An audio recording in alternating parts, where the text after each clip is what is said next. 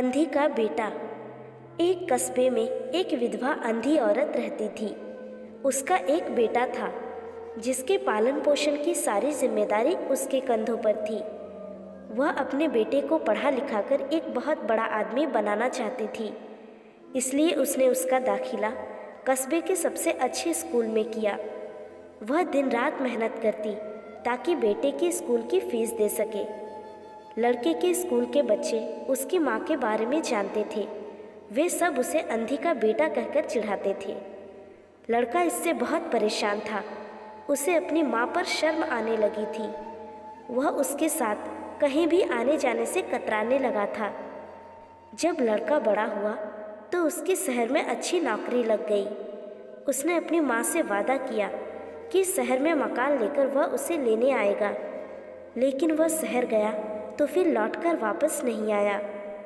उसकी अंधी माँ उसका इंतज़ार करती रह गई। कई महीने बीत गए, लड़के की कोई खबर नहीं आई। अंधी माँ से नहीं रहा गया और वह बेटे से मिलने शहर पहुँच गई। पूछते पूछते वह बेटे के ऑफिस पहुँची।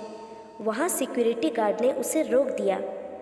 अंधी औरत ने गार्ड को अपने बेटे का नाम बताया और बोली कि उससे जाकर कह दो कि गांव से कोई मिलने आया है। गार्ड ने जाकर उसके बेटे को बताया। बेटे ने ऑफिस की खिड़की से देखा तो उसे अपनी माँ गेट के बाहर खड़ी नजर आई। वह ऑफिस में सबके सामने अपनी माँ की वजह से शर्मिंदा नहीं होना चाहता था। उसने कहलवा दिया कि वह ऑफिस में नहीं है। अंधी औरत वहाँ से चली गई। शाम को वह लड़का ऑफिस से घर जाने के लिए निकला। रास्ते में एक जगह काफ़ी भीड़ जमा थी। वह अपनी गाड़ी रोककर भीड़ के पास पहुंचा और बीच सड़क में अपनी माँ को मरा हुआ पाया। उसके हाथ में एक चिट्ठी थी जिसमें लिखा था, बेटा, बड़े दिन हो गए थे, तेरी कोई खबर नहीं मिली। चिंता हो रही थी, इसलिए तुझसे मिलने चली आई। तू तो अब बड़ा आदमी बन गया है।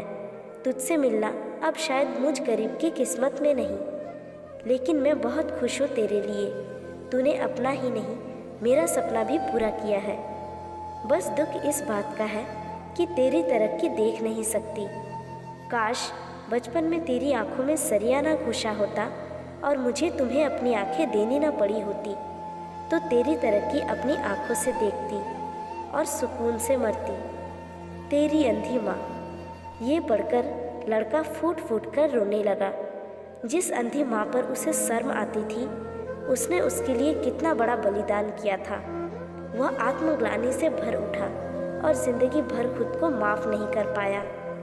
तो दोस्तों, हमें अपनी ज़िंदगी में कितनी ही तरक्की क्यों ना मिल जाए, पर हमें अपने माँ बाप का साथ कभी नहीं छोड़ना चाहिए। तो दोस्तों, ऐसी ही कहानियों का आनंद रोज़ाना लेने के लिए हमारे चैनल को सब्सक्राइब करके बेल आइकॉन को प्रेस कर लें। धन्यवाद।